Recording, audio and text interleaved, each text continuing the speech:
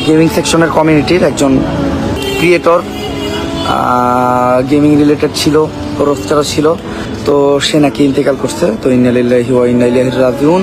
না ফেরার দেশে চলে গেল জনপ্রিয় কন্টেন্ট ক্রিয়েটর অ্যাডভান্স গেমিং ওরফে মুজাহিদ ভাই, যে কিনা সবসময় অন্যায়ের বিরুদ্ধে প্রতিবাদ করেছিল। তো হঠাৎ করে কিভাবে মারা গেল এই কন্টেন্ট ক্রিয়েটর মুজাহিদ ভাই, কি হয়েছিল আসলে, এমনকি তার মৃত্যুর পিছনে কার হাত রয়েছে, সমস্ত কিছু এই ভিডিওতে জানতে পারবেন। তাই ভিডিওতে লাইক দিয়ে শেষ পর্যন্ত দেখতে থাকুন। গাইস, ইতিমধ্যে অ্যাডভান্স গেমিং ওরফে মুজাহিদ ভাই তার স্ত্রীকে নিয়ে মালয়েশিয়াতে ঘুরতে যায়, কিন্তু গতকাল ফজরের সময় মানে 5টার সময় সে তার স্ত্রী আতিফাকে নিয়ে যাওয়ার সময় সড়ক দুর্ঘটনায় না ফেরার দেশে চলে যায়। তবে গাইস, ড্রাইভিং কিন্তু মুজাহিদ করেনি, ড্রাইভিং করেছে মালয়েশিয়ার একটা লোক, যে কিনা খুবই এক্সপার্ট, কিন্তু প্রচুর পরিমাণে ড্রিঙ্ক করার কারণে এই অনাকাঙ্ক্ষিত ঘটনা ঘটে যায়। তবে ইতিমধ্যে যেন গোটা বাংলাদেশ মুজাহিদের মৃত্যু কেউ মেনে নিতে পারতেছে না। এত কম বয়সে একটা ছেলে, তাও হঠাৎ করে এইরকম একটা খবর, এইটা যেন সবার মনে ধোঁয়াশাই মনে হচ্ছে। কিন্তু তার বাস্তব সত্যি এইটাই যে এই অন্যায়ের বিরুদ্ধে প্রতিবাদী কন্টেন্ট ক্রিয়েটর মুজাহিদ আর পৃথিবীতে নেই। তবে এই রোড অ্যাক্সিডেন্টে নাকি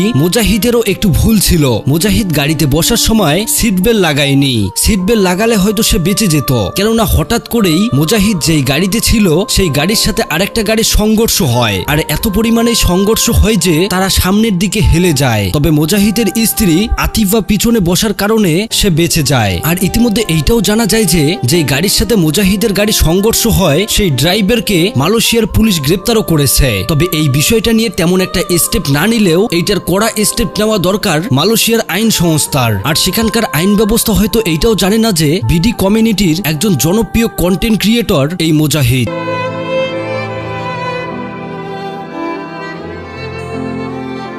ইতিমধ্যে তার এই না ফেরার দেশে চলে যাওয়াতে টোটাল কমিউনিটি যেন একদম নিস্তব্ধ, বিশেষ করে ফ্রি ফায়ার কমিউনিটি। কেননা মুজাহিদের শুরুটাই হয় ফ্রি ফায়ার কমিউনিটি থেকে, যদিও তিনি অন্যায়ের বিরুদ্ধে সবসময় প্রতিবাদ করেছে। তবে ইতিমধ্যে মুজাহিদের মৃত্যু নিয়ে দুঃখ প্রকাশ করেছে ওমরান ফায়ার সহ আরো অনেকেই। তো সেই ভিডিওর কিছু ক্লিপ আপনারা দেখুন। যে ক্রিয়েটরটা বা যে কন্টেন্ট ক্রিয়েটরটা বা যে গেমারটা মারা গেছে, তার লাস্ট ভিডিও ছিল আমাদেরকে নিয়ে, ঠিক আছে, মানে আমাদের যে ভিডিও ছিল ওটার উপর রিয়াকশন বিশার আমাদের পছন্দ করতো, আমাদের ভিডিও দেখতে আমাদের একজন ফলোয়ার আমাদের সাথে নাকি খুব শীঘ্রই দেখা করার কথা ছিল, যে একদিন সময় নিয়ে আমাদের জায়গায় আসবে, দেখা করবে। তো সে নাকি ইন্তেকাল করছে। তো ইন্না লিল্লাহি ওয়া ইন্না ইলাইহি রাজিউন। আল্লাহ তাআলা তার আত্মার মাগফিরাত, মানে আল্লাহ তাআলা তাকে জান্নাতবাসী করুক। আমি তার আত্মার মাগফিরাত করছি। হ্যাঁ, অ্যাডভান্স কি মারা গেছে?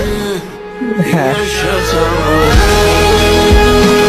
আসলে বন্ধুরা, শুরুতে তার মৃত্যুটা কেউ মেনে নিতে পারেনি, সবাই বলতেছিল হয়তো এটা মিথ্যা কোনো গুজব হবে। তবে বন্ধুরা, মৃত্যু কিন্তু অনিবার্য, কখন কার সামনে কিভাবে আসবে এটা কেউ বলতে পারে না। তবে কিছু জিনিস মানতে সত্যি অনেক খারাপ লাগে। ইতিমধ্যে যেন কান্নায় ভেঙে পড়ছে মুজাহিদের মা বাবা সহ তার আত্মীয় স্বজন। আমি পার্সোনালি মুজাহিদকে চিনি, সে খুবই একজন দক্ষ, এমনকি ভালো ট্যালেন্টেড একটা ছেলে ছিল। সবসময় ছিল তার কণ্ঠস্বর প্রতিবাদের উপর। এই তো কিছুদিন আগেই তো সে বিয়ে করলো, কিন্তু দেখুন আজ তার সাথে কি হয়ে গেল।